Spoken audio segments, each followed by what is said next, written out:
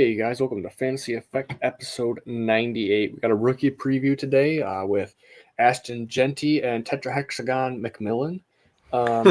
We do have our own free Discord. Sorry, I can't say that first name. There's no way. Just Tet. We do have our own free Discord, a Patreon as well.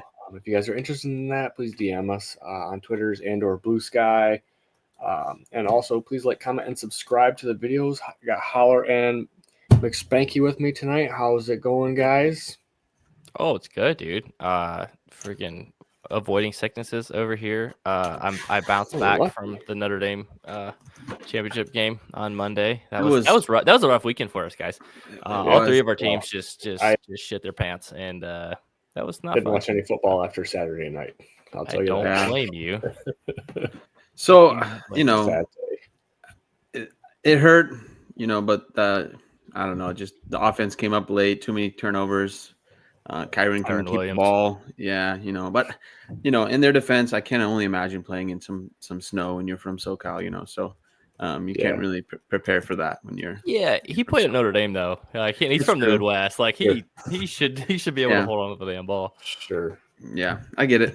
But yeah, it was rough. When I saw snow in that forecast, man, I was like, that's gonna be tough. Yeah, they had it. Go out and sling it in the snow. I don't know if they played any highlights from like 11 years ago when he was in Detroit and played in Philly in the snow.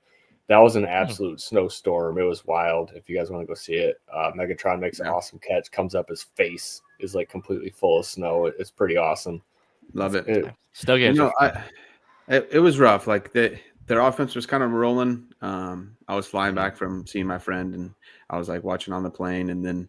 When Saquon housed the second one, I was like, I'm gonna turn that crap off.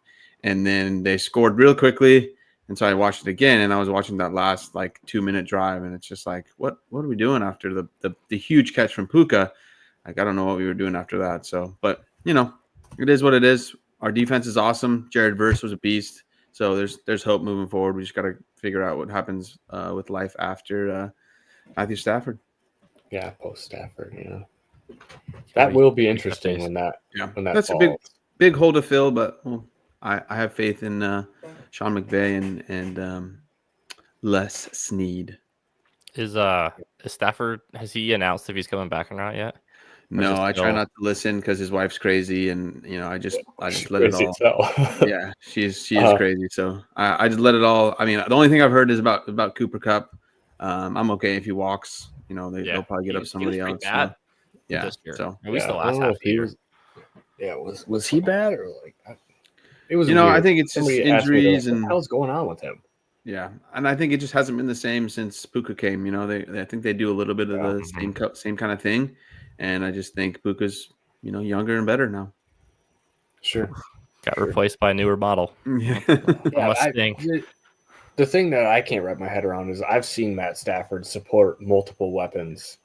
With that arm, and far less superior wide receivers to Cooper Kupp, like Kenny Galladay, Titus Young. You know what I mean? Like Demarcus Robinson was like, I wouldn't say solid for it, but he was good in NFL terms. So to me, I don't think Cooper Kupp was 100%. I think he just wanted to be out there, and so we'll see. I mean, I think he'll move on. The money's not going to be right, but we'll see. We don't need to talk about the Rams all day, though. Sure, we can talk about the Lions all day in the news. Let's do it. Well, they lost everybody. Bears hired Ben Johnson, right, as their new head coach. Jets have hired Aaron Glenn as their new head coach. Liam Cohen's going to stay in Tampa as the offensive coordinator. Huge. The Patriots have hired Josh McDaniels as offensive coordinator, and the Jaguars finally fired Trent Baalke. Way too little, too late. Cost them a couple coaches. Yeah, man. I didn't know that's why Harbaugh turned him down too. Was Baalke. I think everybody. They were there together in San Francisco, right? And that was one of the big reasons Harbaugh wanted to leave too. Was him and Baalke didn't get along. Yep. I think I've always wondered this: is he part of the Baalke steroids from the early 2000s in baseball? You guys know what I'm talking about? Or maybe that was Balco. It might be Balco. I don't know. Somebody who watches baseball. I've never really followed baseball, so you lost. Yeah, I mean, I follow baseball, but I'm not enough to know everything. I just go to a baseball game and get some drinks and kind of hang out for a little bit. But that's about the extent of my baseball fandom. Real quick, what I was going to say is my favorite one out of here, obviously outside of Ben Johnson, is Liam Cohen staying in Tampa. Mm-hmm. Wes, I do not. He takes that interview. I think the head coach. I'm losing his name right now, but I think he's on the hot seat. Yeah, thank you. Todd Bowles is on the hot seat a little bit, and I think Liam Cohen could kind of step in there, and I think Tampa is a better. That team is better than Jacksonville. So I think that's kind of where Liam Cohen is thinking a little bit. Todd Bowles has some questionable decision making. I know he's runs a solid defense, but I just think overall, if you watch his games, like very questionable decision making on Todd Bowles. I think that was huge, and for me, it's huge because of I think we're going to get the same Baker next year. I think we'll get if they bring back Chris Godwin, I think we'll get 3 really solid wide receivers: Mike Evans, Jalen McMillan, and Chris Godwin, and then we're going to get the same out of Bucky and a little bit out of Rachaad White. So I think it's a lot of the same there in Tampa. That's a very fantasy-friendly team. Yeah, I think they're bringing Godwin back. I was really excited to see Cohen stay. I think he's getting a contract extension too. Yep. So I don't think he's gonna, at least not this cycle, put his name out there for any of the head coaching openings. And I think a lot of these offensive coordinators, especially, don't want to take these jobs unless there's a good quarterback on board. Yep. I know Jacksonville does have one, depending on how you feel about Trevor Lawrence, but like if you think about it, I mean the Raiders, they've kind of got bypassed. The Saints have kind of been bypassed too because Derek Carr and then I guess Aiden O'Connell are the best quarterbacks in their contract in those couple teams, and it seems like some of these guys would rather go to, like Ben Johnson would rather go to Chicago, which can't blame him. I mean, Caleb Williams was just the 1-on-1 last year, and they have a nice suite of wide receivers and DJ Moore, Rome Odunze. Cole Kmet, I think, is still talented. That offense was just real bad. And then DeAndre Swift, who I don't know. So, Ron, did Ben Johnson and Swift overlap in Detroit, or was he gone by the time? Yes, they did. Did they? Yes, they did. That'll be fun to watch and see what happens there. We'll see if Swift's still around. I've seen, just some tweets floating around. The second that Ben lands in Chicago, DeAndre Swift is taken off. So the thing with Swift is Swift likes to bounce his runs and not really run where it's blocked for him at all times. Yeah. And you really need to be able to run between the tackles to efficiently be a running back in that system, in the the Ben Johnson system or whatever we're going to wind up calling that thing. And Swift just doesn't do that. Like Swift is talented if you get him into open space and things along those lines. You just don't know what you're going to get down to down. He could get 2 to 3 yards, but he decides I'm bouncing this thing for -3. We just want you to take the 2 to 3 yard gain and get the profit, basically. He's a better back if you just get him in space as like a pass catcher as opposed to like and there's a reason where everywhere he's gone, he doesn't get goal line carries. And it's because of that. He doesn't run between the tackles. Just hit the hole, man. Well, at all. He wants to make everything a home run. He doesn't want to take extra hits. And I kind of and he's not Saquon, but so no. Yeah, I don't know. It'll be interesting to see how it all shakes out, obviously. And I think probably outside of Caleb Williams being a very, benefiting from Ben Johnson, I think Rome Odunze is going to benefit quite a bit as well. Obviously, we'll wait and see what happens with Keenan Allen, but I think Rome Odunze is going to benefit quite a bit. I think I would temper expectations too. Totally. Because of the offensive line in Chicago. They got to fix that. Yeah, I don't think it'll be a disaster by any stretch of the means because, Ben is a really good head coach and a good offensive mind. But at the same time, there's a lot of work that needs to be done on the offensive line. So, I mean, it could take some time. The other thing, too, is that we've seen it's just because you're a good offensive coordinator and a play caller doesn't mean you're a good head coach. So 100%. It's not necessarily a guarantee that he's going to be a home run, even though it looks good on paper and it should be good. But I mean, we don't know, right? And we'll have to wait and see how it goes. And there's a lot of game management things that come into play where Yep. Nah, I don't know. I mean, he was running weird trick plays down in the fourth quarter with in this playoff game, and just like, I don't know. If J-Mo throws that ball out of bounds, we don't even care about that trick play. That one's totally on J-Mo just saying, you know what? I'm chucking it down here. I love J-Mo, but you should never put J-Mo in that situation. But why you call? Well, yeah, I mean, you called it to put him in that situation. Yeah. So, well, I mean, they clearly practiced it and everything, and I'm sure there was things, but we're down. I can't even remember how many points at that point in time. But dude's out here trying to make a play, make something happen. Maybe he doesn't even see the DB running step for step with Gibbs. He's a wide receiver. He's never thrown a pass in college or in the pros. And that was the moment in time. And I mean, it's kind of like if he hits that play, we're all fawning over Ben Johnson, again, and his trick plays. That one is probably the worst a trick play has ever gone since Ben Johnson has been there. Fair. In my opinion. And there have been a lot. There's usually at least 1 to 2 a game where you're just like, oh my God, what's happening here?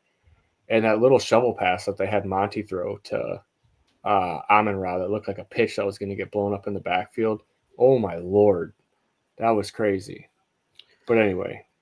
So I was, so far I was trying to figure out, if there's been any rumors on who could be his offensive coordinator. The one that pops out when I pulled it up is Hank Fraley, the offensive line coach.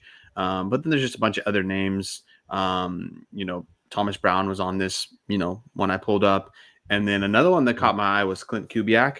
I feel like that would be really, really good for him.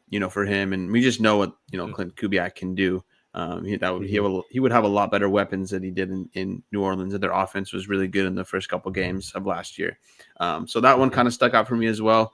I'm feeling that he's probably going to lean with one of the guys he knows that he's pull somebody from the Lions, unless the Lions keep them. It'll be interesting to see what happens over the next couple weeks. So I think that he's got to get that offensive and defensive coordinator right, and I think after that things will kind of settle down. Well, and I wonder too if he wants to continue calling plays.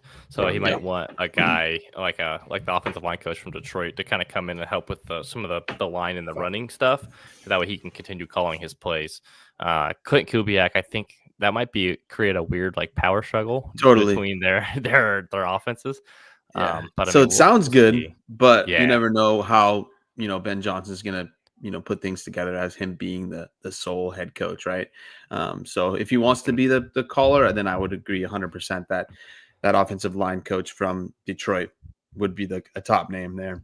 Dennis Allen was one for the defense, and I think that would be all right. But it's weird that all these guys, they lose their job, and then like the guy that went from the Bengals over to the Colts. It's like that guy just lost his job. What do you mean? How are we talking about? He's like the top defensive coordinator. So it's like, to me, it just is weird. And I think that's just a coaching thing, like a new place. It will be better. We lost Ron. Yeah, I think that's going to be super important. And then the other thing that stuck out to me was the Patriots hiring Josh McDaniels back. It's kind of weird as an offensive coordinator in New England. It's kind of weird, but the way I think of it is just the Patriots do things weird, and I think Vrabel is going to be that headpiece, and he'll keep everything under wraps. And I think outside of Brady, May is by far the best quarterback they've had. So he had Josh McDaniels had Mac Jones before, and so I think it will be a lot different. But he just doesn't look good, sound good. Just like, again, why are we going with him? I mean, he has been mostly okay as an offensive coordinator. Yeah. I was pulling some numbers of his offenses without Brady, though, and they're all over the place. They're mostly bad. The first year without Brady, he was 27th in total offense, and then they drafted Mac Jones, and it was 6th total offense, which that was the best he's done. Then he went to the Raiders and he called plays. He was they were 12th in total offense that first year, and then they were 23rd the year he got fired. So it's like middle of the pack to pretty good a couple times. Yeah. So it's kind of hit or miss. The thing that with Josh McDaniels is that I feel like if his game plan he has works, it's fine, but he doesn't adjust very well in game. At least that's 100%. What I always noticed. So we'll see. It was they need some talent upgrades in New England though, because Drake May can't do it by himself, which is basically what he was doing. So the offensive line's horrendous, and the skill talent is not much better. Yep, right. They needed it all: wide receiver, running back. I know Stevenson got an extension, but I mean, I think they needed an upgrade there. He's middle of the pack. They can't have him and Antonio Gibson and feel good about that, so they just need upgrades all around. And then I think Aaron Glenn, that's another good one. He's a defensive guy, so the offensive coordinator and our fantasy people are that's going to be super important to watch. So, I like all these hires. The questionable one for me is McDaniels, but the Patriots do things differently. So I think Aaron Glenn will help change the locker room in New York. Totally. I don't know, like in terms of like X's and O's, this can be determined, but like I think he's a good locker room guy and like a culture fit, so he'll build a nice culture. That the thing that it's that I am worried about is, okay, so what happens in Detroit now? We talked about Ben Johnson's gone, Aaron Glenn's gone. Talked about Ben Johnson might take their O-line coach. I know they have a lot of talent there, and obviously Dan Campbell's there, but who's going to be calling the plays in Detroit? Is this the end? Are we worried about Jared Goff and what he looks like without Ben Johnson there calling plays? I think the Sun God, Amon St. Brown, he'll be fine. I think Laporta should be good. Gibbs and Monty, I think they should be fine too. But it's just, I think it's natural for them to take a step back. But like, how much is that going to impact, particularly Goff? Because we've seen what he's looked like with good play callers, and then also when he had Jeff Fisher as a head coach. So I think generally that they'll be okay offensively. I think Dan's a lot more involved than what Dan lets on to the media and everything. And just trusting in Dan basically to put the right guys in the right place. And it sounds like it might be an internal hire for offensive coordinator. It'll be Tanner Ingstrand. He was their passing game coordinator from. He was on the list of guys when I pulled up for the Bears as well. So I think that's how it will work, right? Maybe Ben Johnson gets one of those guys, and then the other guy stays, or both guys stays, or whatever. So I think I agree. I think it will be internal, and I think I don't want to say that the offense will continue to hum, but there'll be some changes, but I don't think it will be, as crazy as we think. I think the biggest thing was their injuries, right? Obviously there's going to be a step back, like you said, but I think Dane Campbell will get it right with whatever coordinators he needs to get. Yeah, and Ben Johnson even came out and said as much. He said that the Lions will be just fine, as long as Goff and Dan are there, because basically they've been in the system for 3 years now. I'm pretty sure. Goff could probably call the game at this point, from the sideline if he had to. Just from I don't know how good that would happen. Oh, no. I know. I'm just kidding. But I think he could, walk out there and go all Peyton Manning, and I'll just stand here and call all the plays right here at the line, and we'll just, roll that way, And I think as long as the offensive line stays fine in the run game, keeps going, that they'll be just fine. Everything will be available to them. Run the ball. Their team should be good with they have the same guys, right? So they have their players are very, very good. So I think, at the end of the day, it should be all right. But, I could see Jared Goff take a step back, but, it's tough with those guys around it. Like, he's got those running backs are amazing. The wide receivers are good. And so I think he'll be all right. I'm already prepared to miss the playoffs next year. So can't hurt me. I don't know about that much of a step back. Well, goodness gracious. I won't be. Hey, listen, as a Lions fan, you're just waiting for the other shoe to drop. And, to have a Mahomes and Andy Reid style career, or Belichick and Brady, that stuff is rare. You can see like 5 to 6 year spans of teams where you're like, oh my goodness, remember when we had like the Bengals with Andy Dalton? You know what I mean? They were always, the hot thing, and they'd get to the playoffs, and they were, and then they would poop the bed. You know what I mean? We had the Chargers in the Phillip Rivers era.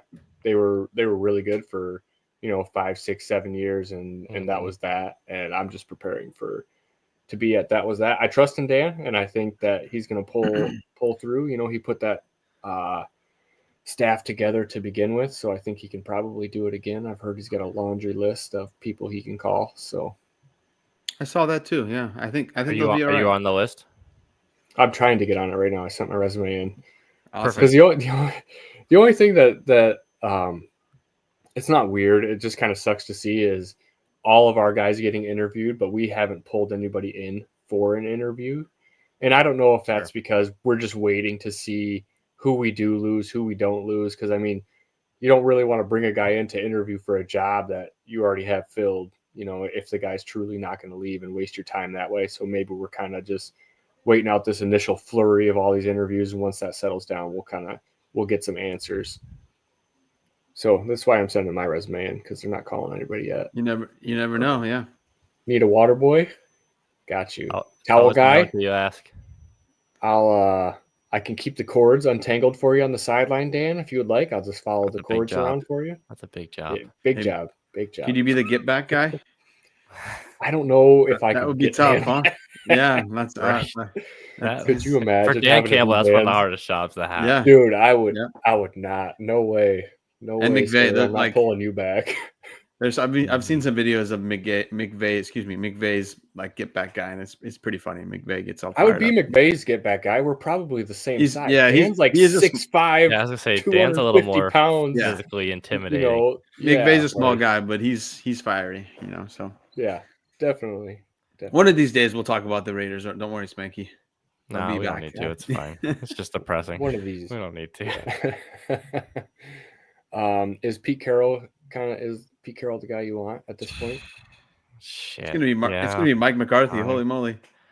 It better not be, dude. I hope it's Pete Carroll. I always like Carroll. I think he's a good. I don't think he's like a long-term solution, but I think Pete Carroll can get the locker room kind of back on track and kind of get you going the right way. Yeah, he can kind of build the culture and get things started in the right direction. So I think we could do a lot worse than having Pete Carroll there. I think at the very least it'll be a well-coached team. They got a good GM. Goes a long way. The GM they hired was good. He played at Michigan with Tom Brady. I saw that. So let's see if Brady has any more ties for the head coach. Maybe Brady will do it himself. Who knows? I heard he's also going to call games and he's also going to place bets all at the same time. Yeah, he can do it all, man. He's magical. Should we get into this blind resume you got here? Yeah, I think you guys are going to like this one. Okay, so we did this a few times last offseason. I thought it was fun. I like putting them together, so we'll do it again. I got 2 running backs for you. They are both the same age, so age is not an issue here. They are both 25 years old. In the passing game, player A averaged 2.38 targets a game, 16 receiving yards. Player B, 3.47 targets a game, 11 receiving yards. So he got more targets, but a little less yardage. In terms of running the ball, player A averaged just under 13 carries a game for 63 yards, and he averaged a touchdown a game. So that was where he made his hay. Player B, a little heavier on the volume there, 16 and a half attempts a game, almost 80 rushing yards a game, but only scoring a touchdown in 2 out of every 3 games. And then they both averaged, so player A averaged 16.67 fantasy points a game, player B 16.37 fantasy points a game. Now, based on these numbers, how do you look at this? Which player would you rather have? Because I can tell you how I feel about it. I would rather have the attempts and the targets. Yeah, that's where I was going too. I mean, that's where I was hoping you're going with this. Okay, so that's how I read it too. Because if you look, I mean, their fantasy points are about the same, but the guy, player B, he had more targets a game, he had more attempts a game. But player A, he scored a lot of touchdowns, which is kind of how he made up the difference. So now, what if I told you that player A kind of had a startup ADP around 51st overall, running back 10, and player B was down at 78th overall at running back 15. So that's like 2.5 rounds of startup ADP. So I feel like you could get, so then it's a pretty home run player B, right? Yeah, 100%. One of these, Brian Robinson? It's not. So do you guys have a guess of who's Bucky Irving, isn't it? Bucky Irving is not one of them. No. God, I don't think Bucky's 25. I do know Brian Robinson Jr. is 25. I know his home address. I know everything about Brian Robinson, guys. Don't worry. He's my favorite. You got a big hat? Forgot about that. Dang. Player A. Ron, who's your? Oh, Bucky was my best guess. All right. Tell us then. Player A is James Cook, running back for the Buffalo Bills. Player B is Chuba Hubbard, running back for the Carolina Panthers. Now, this is all part of my Chuba Hubbard propaganda. I like that you guys both said nice things about Chuba, especially you, Ron, because you shit on my Chuba Hubbard pick in the last startup that we did. Listen, I was just completely shocked by where you have to take Chuba Hubbard, because all the Chuba Hubbard that resides on my rosters is all waiver claims and probably old rookie picks. Well, part of this too is that James Cook is overvalued. Is part of what I took from this too. Yeah, 100%. And I think a lot of James Cook is his touchdowns. He had 16 touchdowns this year. Yeah, ton of touchdowns, right? And every game you watch him, he's like, oh wow, had a good game. But it all is like, if you go back to the box score, it's like the majority of it is touchdowns. He only gets 50 to 60 yards, like you're saying here. Total, like with the receiving yards, that's a total of 79 yards. And so if Chuba's giving me almost 80 yards rushing, and I think if he could do a little bit more with his targets, by far he's the better running back, in my opinion. So yeah, I agree. James Cook is a little bit overvalued. I was looking at hold on, I'm gonna forget the name of it. I think it's Dynasty Data Lab. Data Lab, and like I was surprised by like some of the running backs of the ADP. Like Kenneth Walker was really far down there, and I think that's just because he had a rough year with injuries and stuff. But Chuba Hubbard was running back 15. So it's not just Spanky thinking like, oh, Chuba Hubbard's is this really good guy, right? I think that the numbers, don't lie. So I just think, I don't think there's going to be anybody else in Carolina either, right? I think they're okay. Maybe they get somebody in late in the draft. I know it's pretty deep at running back, but Chuba gets it done. That was where I was getting with this, is that I think people are still a little bit scared because they kind of tried to replace him last year with Jonathan Brooks. He got hurt again. I don't think they're in a position where they can draft another one, particularly. And I think anyone who watched them can tell you their defense has a ton of holes. They need help everywhere. The offensive line's good. I think Bryce Young is the guy. But their receiving core, Adam Thielen's, what is that dude, like 32 now? Like, how much longer can he keep doing it? And he was good again, but like, how much longer? I was like, him and Derrick Henry, like, how can they keep doing it? But then you got, Jalen Coker, who was an undrafted free agent. He had a nice couple games there. He got the squirrel catcher and Xavier Leggett. It's just like they need help besides running back. They just signed Chuba Hubbard to an extension.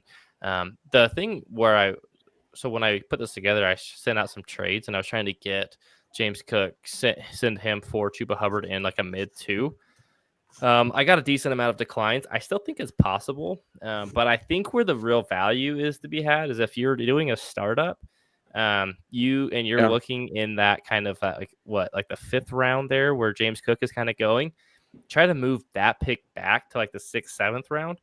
Take Chuba Hubbard there and try to get some kind of a plus, whether it's an additional pick in the startup, whether it's like 26-2, because those aren't valued very highly right now because people are kind of crapping over the 26th pick. But I think that's kind of where you can kind of make your hay. And I would expect Chuba Hubbard and James Cook to score pretty similarly again, if not Chuba Hubbard outscoring him, just because I think the consistency and the volume's there for Chuba Hubbard. 100%. Yep. And I think Carolina's going to take a step forward. Their head coach is really good. Bryce Young was looking a lot better. I personally think they could take Tet at 8 if he's still there. So I think they will take a step forward. I love it. Okay, that was all. I just wanted to put my propaganda out there for my. That's it. Go draft Chuba Hubbard, he says. Apparently, I'm a closet Carolina Panthers fan. I was hyping up Bryce Young all last year, and now I'm doing it at Chuba Hubbard. So I don't know what my problem is. You gotta like somebody. Your team's rough. Yeah. If the Raiders had someone besides Brock Bowers, maybe I could, hype up some of them. I don't know. Just a fan of players. Yes, all right. Exactly. You guys want to get into these rookies here? Yeah, let's do it. Okay. First up, we got the 101 Ashton Jeanty, running back from Boise State. He's 5'9", 215 pounds. I'm going to let Spanky, yes. Oh, he's a very thick boy, that's for sure. I'm going to let Spanky go over these numbers. Because, math. Yeah. So, all right. So we have a kind of an analytics model, and we kind of rank them on percentile. Ashton Jeanty scored in the 99.9th percentile, which pretty good, is right? Real good. Pretty good. That's about as good as it gets. Actually, there's actually only 2 guys who scored higher than he did total. Who are those 2 guys? Well, one's Javonte Williams, which is funny, and then the other one's Bijan Robinson. Mouth. Yeah, okay. Javonte was a good. The other one was who? He was Javonte and Bijan. Oh, Bijan, okay. Yeah, calm down. Bijan, it was not Bijan. Brian Robinson. I can promise you that. Yards per out run for Jeanty's career 1.6, which is pretty good. And explosive runs at 16. Basically 17% of his runs, which an explosive run is characterized as 10 plus yards. Missed tackles forced per attempt. So 38% of his attempts, he forced someone to miss a tackle, which is pretty good. That's like about 1 out of every 3, a little higher. And then average yards after contact, 4.76. So even if he got hit at the line of scrimmage, he basically fell forward for about 4.5 yards. Really good. He played in 5 games against top 40 defenses in the last 2 years. He played at Oregon, which he ran for almost 200 yards, 3 touchdowns. UNLV, he torched on the ground 2 times this year. He played UCLA in a bowl game last year. He rushed for 85 yards there. The Penn State game this year was obviously the big one that people have kind of circled as like, well, he struggled because I think he fumbled a few times. I think three fumbles in that game. He still rushed for 99 yards. I mean, if you watched that game though too, like they didn't respect Boise's passing game. They just teed off on trying to get Jeanty to the ground. There's the quite a thing there, big disparity between the talent. Oh, for sure. That was more on the offensive line versus defensive line thing. I think that was a knock on Jeanty. The impressive thing to me, so he had 30 carries in that game. He made 16 forced missed tackles forced. That's a hard word to say. So basically, every 1 out of every 2 carries, he made a Penn State guy miss, which is pretty impressive. So I think he's clearly the 101, right? Like, I don't think there's any debate about that. Yeah. Yep.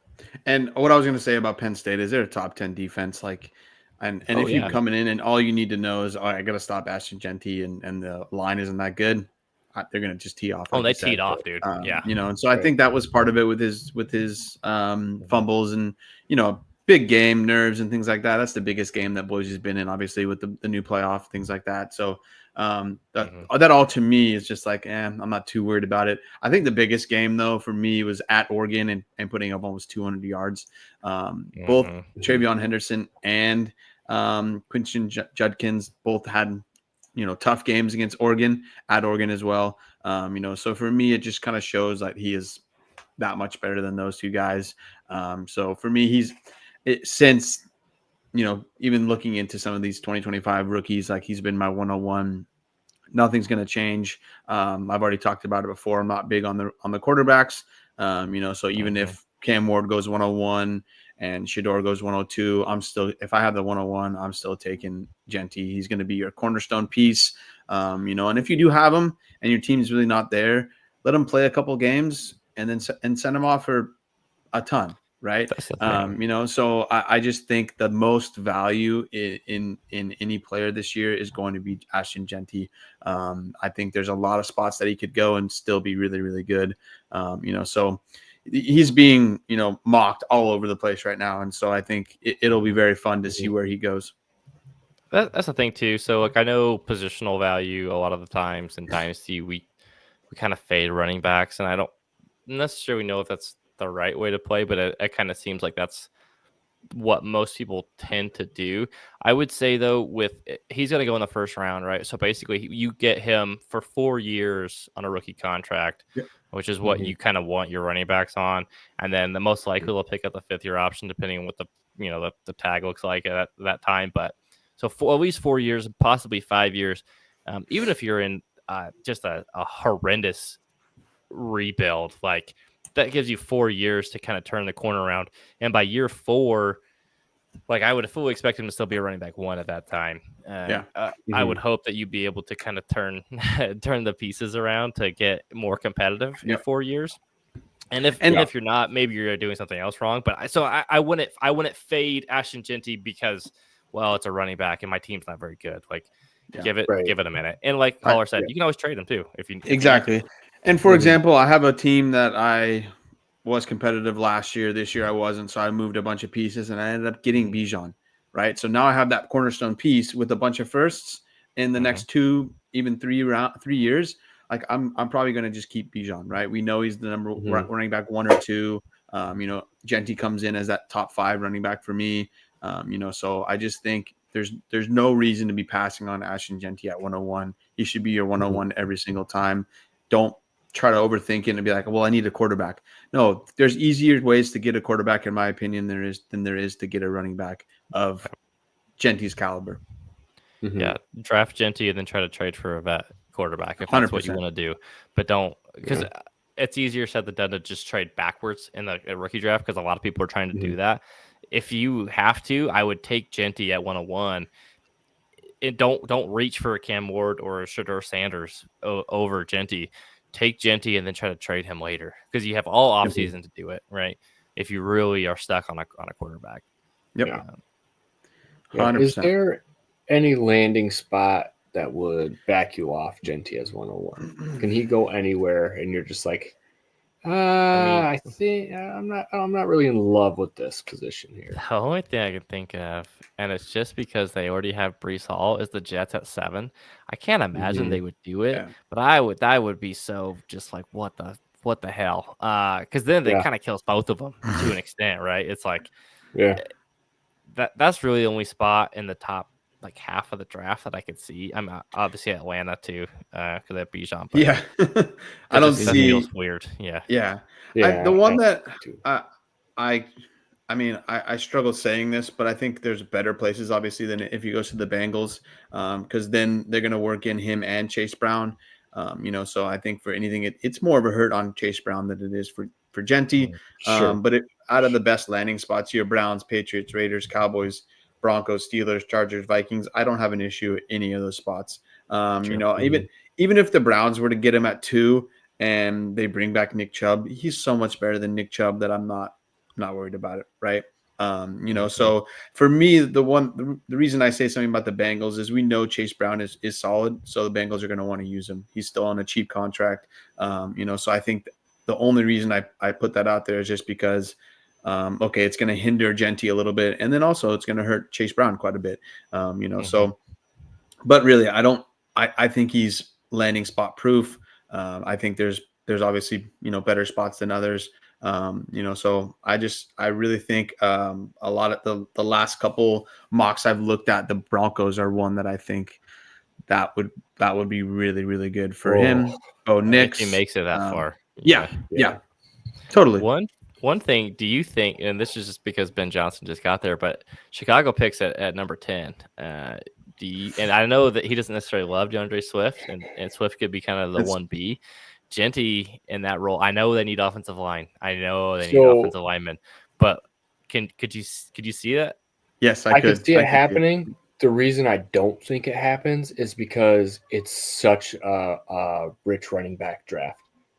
And I think they could go the route of, it's also he might not even. I know this is, Yeah, I know we don't talk about it much, but it's also rich in linemen as well. There's not as many top end guys, but there are. It's pretty deep in linemen. A lot of good second and third rounders. Yeah, right. So at the top, I could see it, but I'm with you. Like, I think we did see them take Rome early last year, so I just think the way Poles does it, I personally think they're going to go with a lineman there at 10 or a defensive guy at 10.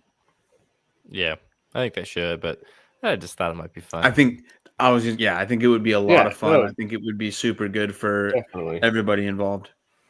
And that's what I mean. Like, there's not really a bad spot. He's pretty much landing spot proof, right? Outside of the Jets, outside of the it's not going to happen. But outside the Lions, outside of the Falcons, right? Outside of those spots, I think he's pretty landing spot proof. And really, if he goes, what if we want to run the wing T? We don't have Ben anymore. There you go. You could, and then Monty, Gibbs, and Jeanty out there. Start running the whatever Navy's offense does. Yeah. Would love to see it. But yeah, I'm 100% with you guys there. I don't know if he gets past Dallas at 12, but I mean it's still possible because of how crazy Jerry Jones is. Jerry Jones is crazy. I wanted to bring one thing too. So in the running back model that we have, any running back who scored like an A+ is 97% or above, right? And gotten first round draft capital, it's Bijan Robinson, ETN, Jahmyr Gibbs, Najee Harris. Jeanty meets that threshold. I feel very confident that he's going to be fantasy relevant no matter where he goes. Just from an analytics standpoint and just from the tape, like he's good, man. Ron, I know you watched some tape, right? What did you see there besides just the numbers? So his contact balance is absolutely awesome. It's pretty rare that the first guy takes him down. He's usually bouncing off hits. And just real quick, I'll give my comp to him because it's exactly what I see when David Montgomery runs as well. I think Jeanty's faster than what Monty is, though, and I think there's a little bit more juice to him. But that contact balance and in between the tackles and just bouncing off tacklers and refusing to go down, I see a lot of similarities there. He's got a lot of patience to the hole as well, too. It's not just, full speed. This is where it's blocked to. He lets things develop for him. And you mentioned it before, Spanky, I believe, or maybe it was somebody else's stats, but he's always falling forward. Yep. You rarely see him go back. Like we talked about DeAndre Swift earlier, like his, he's liable to just bounce it to the outside. Like Jeanty's not going to do that. He's going to take the 2 or 3 yards and, live to fight another down there. He's also good outside the tackles too. DBs, watch out if he comes around the corner on you. That's for sure. He can make you look like a fool or he can run you over. I didn't see a lot of receiving work from him. And that could be just a product of the Boise State offense, the efficiency on the run game. He doesn't have to catch that many passes. There's a lot of just screens and dump offs to him. Wasn't really out there, running Texas routes like he's Jahmyr Gibbs or something, Yep, sure. But he looked capable when he caught the passes, out of the backfield and stuff. I think is the bigger takeaway from it. And I think I really like the comp of him being a faster David Montgomery, and because I don't think we're going to see him really doing the same type of things as Jahmyr Gibbs, right? There's a big difference in weight and size and things like that, but he has the vision, and I think the biggest thing when I watch him is just the patience is outstanding. So I just think, if he were to land on the Bengals, like they'll use him as their David Montgomery and their Chase Brown as a, dumbed down Jahmyr Gibbs, right, as their Chase Brown. So Chase Brown can catch the ball really well and stuff like that. But, Jeanty would be the guy for a second, third down and just run the ball down the, defense. Yeah. So I wanted to ask one other thing. So I think we're all on board with him as a 101, but let's say for whatever reason you don't want to take him and you want to trade out of that 101. Would you take the 101? Would you send it for Nico Collins or keep the 101? I love Nico Collins, but I'm taking the 101. Yeah, I'm probably going to roll with Jeanty there. I think I am too. The 101 or Brock Bowers?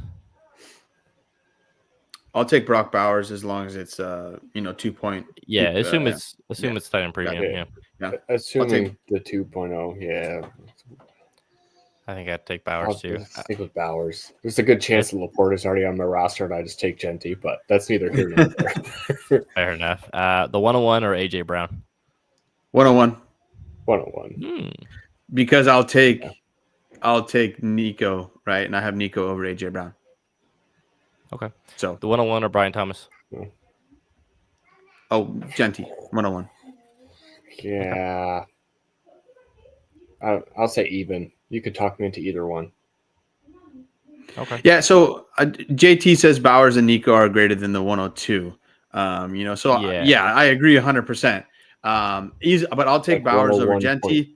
But I think Nico and Jeanty are pretty equal, right? And so, but I also think there's more upside to Jeanty than there is Nico, and that's because he's tied to CJ Stroud. That's just kind of where I'm at. So that's kind of where that Nico one came from, because I said that the other day in the Discord. I was like, I'll send me my 102 for your Nico, and I'll accept Nico Collins for that all day. The 101, I think I probably still go Jeanty, but it gave me a lot of pause, and I had to think about it. So. JT says okay. Now I see it. JT says Bowers and Nico are greater than the 101. I don't argue anybody. I think Nico and Jeanty are very close to each other. I just think, in my opinion, there's more wide receivers than there are running backs in the realm of like top end. So I just think I'd rather have Jeanty as my cornerstone piece than Nico, even though I love Nico Collins. So for what it's worth, too, Nico Collins in the 101 on the ADP startup, they're 20th and 21st. They're literally back to back. They have Nico going right above them, and then the 101. But you could flip a coin, right? So that's kind of why I wanted to bring that up too. And then the 101 or Jordan Love. I think I know your answer to this, but I wanted to bring a quarterback in too. No, well, Jeanty, the quarterback aspect of it does make it a little bit tougher to pull that trigger. Sure. So, just to Jordan Love, it was close. So, Spanky, you took the first kicker in our latest startup at 2-6. Obviously, that's going to be Jeanty, I believe. And then 3-1 was Jordan Love, right? So, about a half round. About a half round. And I think it was about the same in our other startup as well. So I don't think Jordan Love is this crazy good fantasy quarterback. I think he is also kind of mediocre in NFL terms as well. So I think he regressed quite a bit this year, in my opinion. I think he is going to have a seizure. I know. Sorry, but see who the blind resume is next week. Yeah, he struggled this year, in my opinion, and I think maybe he wasn't healthy.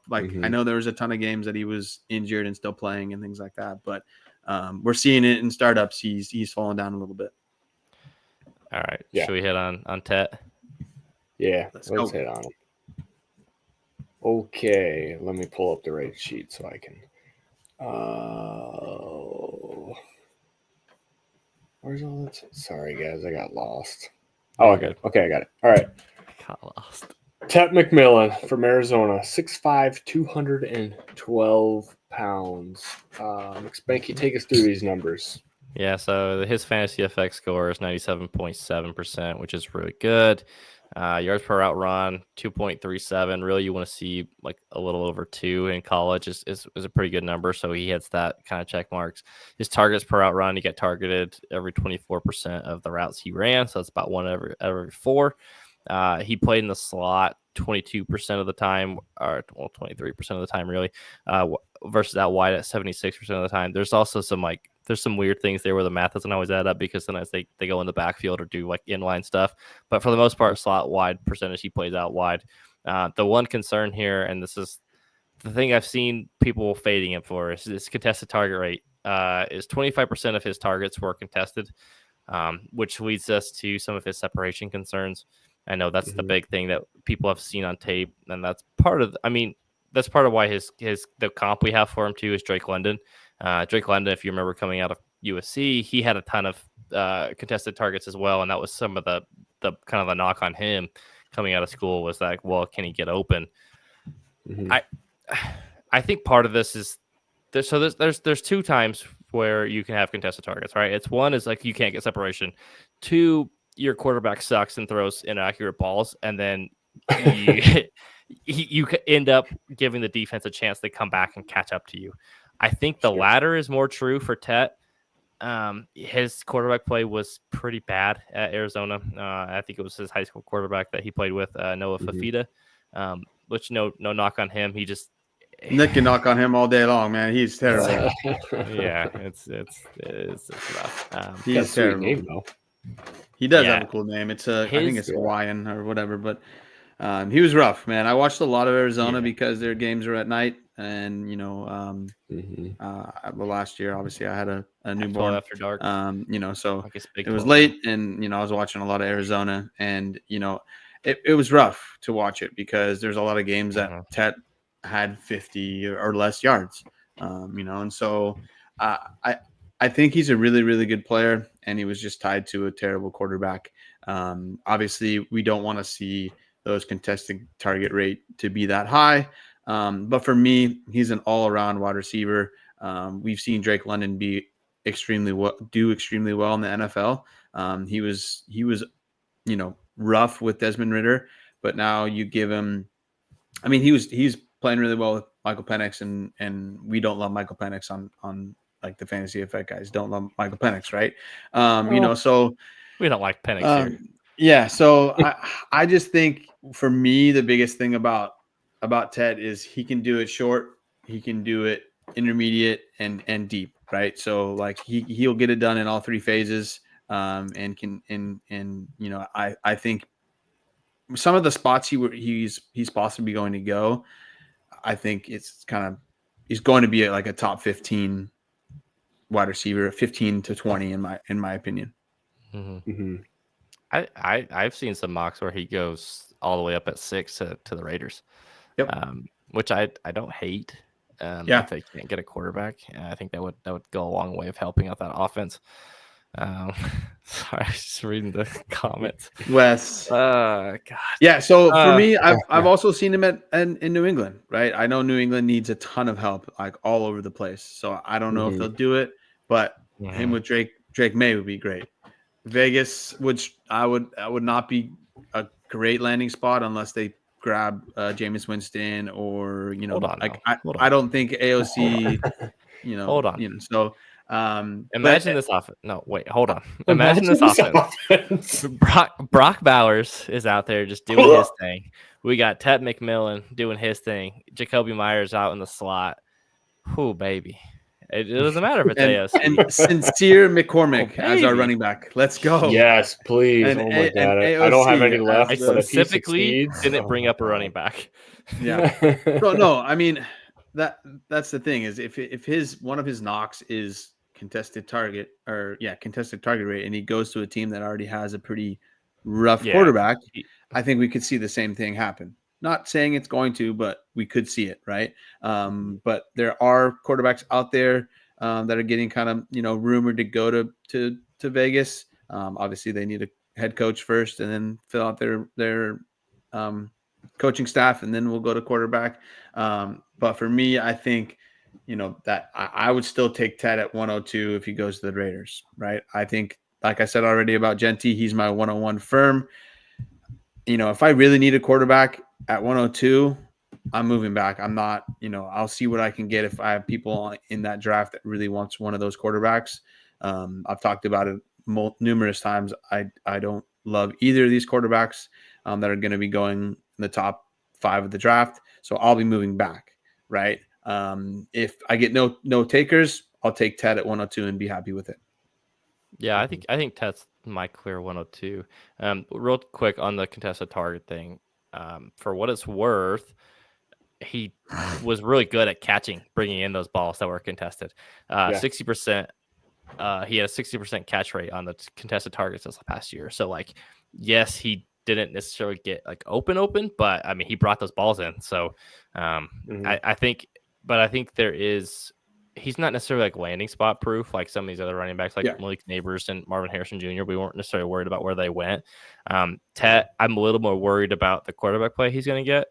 But I think the talent's there. And so I mentioned he had a 97.7% fantasy effect score. The other wide receivers that have gotten first round draft capital and over a 97% score, Garrett Wilson, Kadarius Toney, Traylon Burks, Devontae Smith, Marvin, Jalen Waddle, Addison, Olave, Drake London, Malik Neighbors. Really, that's like 2 busts in there that weren't good. And Traylon Burks and Kadarius Toney. I think there was more behind the scenes on those two, maturity wise, than it was a talent issue. So I think the talent's there. I think he's set up for success. I'm pretty confident that he'll succeed. Ron, I know when you watch the tape, I think I remember in our DMs you were mentioning that you weren't necessarily sold on Tet. Like, give me your take on him. Yeah, the reason I'm not sold is kind of what you brought up there. In my notes, I have that he's going to need a quarterback that's comfy with tight window throws. Like you don't. Jalen Hurts is not. Yeah, Jalen Hurts is not peppering Tet McMillan with a ton of passes. Not that he can go to the Eagles. But he needs somebody like a Stafford. He needs somebody that's not a Drake May, not afraid to just let it rip in there, and know they have the arm strength to do it. Chargers. Chargers would be great. Yeah, Justin Herbert would be great for him. And I just like the separation thing just worries me, because in the NFL, bigger, stronger, faster, more physical game on everything. He played out in the Big 12 where, let's just say it, defense is optional. Yeah. There's Big 12 a couple. and Pac-12. Yep. Yeah, I watched the Utah game and he was pretty much a non-factor, and Utah's a pretty solid defensive system. I don't know if they had their best year last year, but he was pretty quiet in that game, even for somebody that brings in 60% of the contested catches and things along those lines. And I'm sure he got most of the attention because he plays for Arizona, so who else is on the field with him? So that probably hurts him a little bit as well. If he's not in there to be the number one, I think that could be more beneficial for him as well. Totally. I do think that he moves really well during, when the quarterback scrambles. The Arizona quarterback scrambled like all the time, and you would just see Tet coming across the field, to bail him out once again. And he definitely has the jump ball skills as well. And there's a lot of just circus catches on the highlight reel as well. There's another guy that came out last year that had a lot of circus catches and a lot of wild stuff on tape was Keon Coleman. So just for what it's worth, I'm not saying he is Keon Coleman. I'm just saying sometimes, you get a dude that can come out here and one hand 360 catch a ball, but like kind of sucks at the rest of the stuff. Sure. Kind of hurts, get what you're saying. On the field. I'm not saying that he is, down to the level of what Keon Coleman is like a route runner or anything along those lines. I think he definitely moves better. He had a lot more yak to him than what I expected, after the catch. He's got a little wiggle to him, especially for his size and everything. But yeah, it's really that freaking the separation stuff makes me nervous. Yeah, agreed.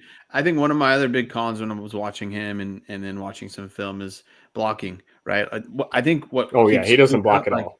Exactly. I think the polar opposite of that is Puka, right? Puka will get in there and help any way he can, right? And so I think I've talked about it with tight ends. If you're a good blocker, you're going to stay on the field, right? But if you're going to shy away from blocking, they're going to take you off the field when they need to run the ball and things like that. And so I agree with you, Ron. I think he would be better as a Devontae Smith spot versus being the number one receiver on a team.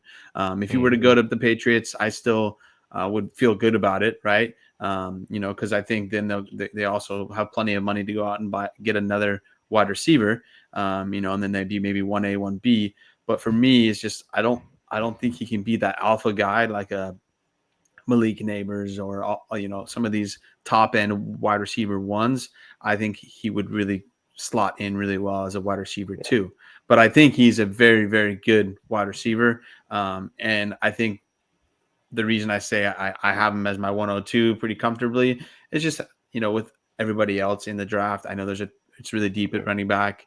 It's really, not that deep at wide receiver. There's also Luther Burden and Egbuka. Yeah, thank you. And so I just think there's other guys as well, but I think these two top guys are just that much better than everybody else. Yeah, I think we just talked about it pre-show too. Like if Tet had come out last year, like he's not the 102. He could have fallen anywhere in where did we wound up saying like anywhere from 6 to 107 from that range. Yeah, 6 to 8 range. Right around where Rome was going last year. Yeah, and I think Brian Thomas Jr. like seeing what he did is better, but I think coming out last year, I think he would have been the third wide receiver behind behind Marvin Harrison Jr. and Neighbors, coming out. Right. Mm-hmm. Obviously some people would have taken Brian Thomas Jr. over Marvin Harrison Jr. Right. So things change very quickly. But if we're talking about it, I think he would have slid in like 106 to 108 range for sure. Definitely not 102. Nope, definitely not. I agree. Sorry, I got a DM. Nope. You're good. So just to put some context to it, Tet is my wide receiver 18 in my rankings right now. So I'm not. I don't know. I feel like that maybe sounds low, but like I think he's still good. Like some of the guys above him, like I can't put him like above like Loud McConkey. I can't quite do it. Like Devontae Smith, I can't do it. JSN, I can't do it. Like Higgins, maybe depending on where he goes.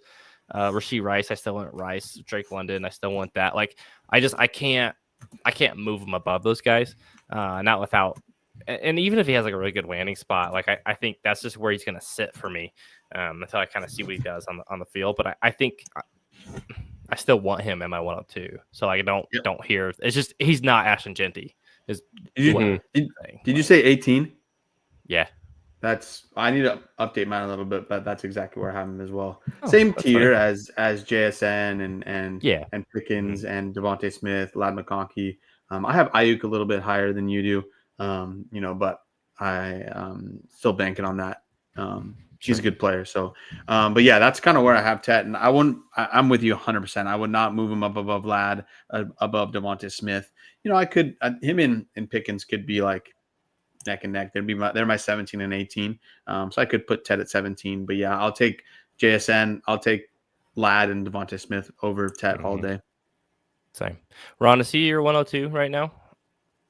For now, he is. I have yet to get into Amarion and his icebox. So, hey, I would like to just, right? You like that? Running backs are good. Amarion Hampton. I do. I want to see those running backs, and I think just from generally what I'm gathering, that I do get to read is, we could see Tet fall down some draft boards in some leagues.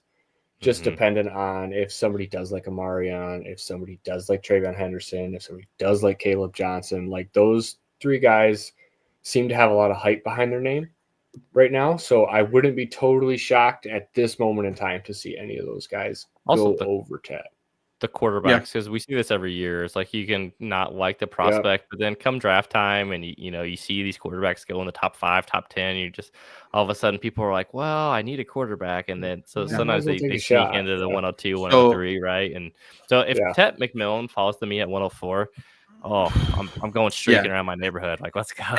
And what I would say is I think 102 is you're at a nice spot, right? If you don't need a quarterback or if you don't like the quarterbacks, don't just jump at taking Tet or one of those running backs, because I think you'll have buyers, right? And I think you can get a nice piece for that 102 for people that want those quarterbacks or that will buy into the hype, of Shador, of Cam Ward. I don't like both of those possible spots, to be honest. So buyer beware.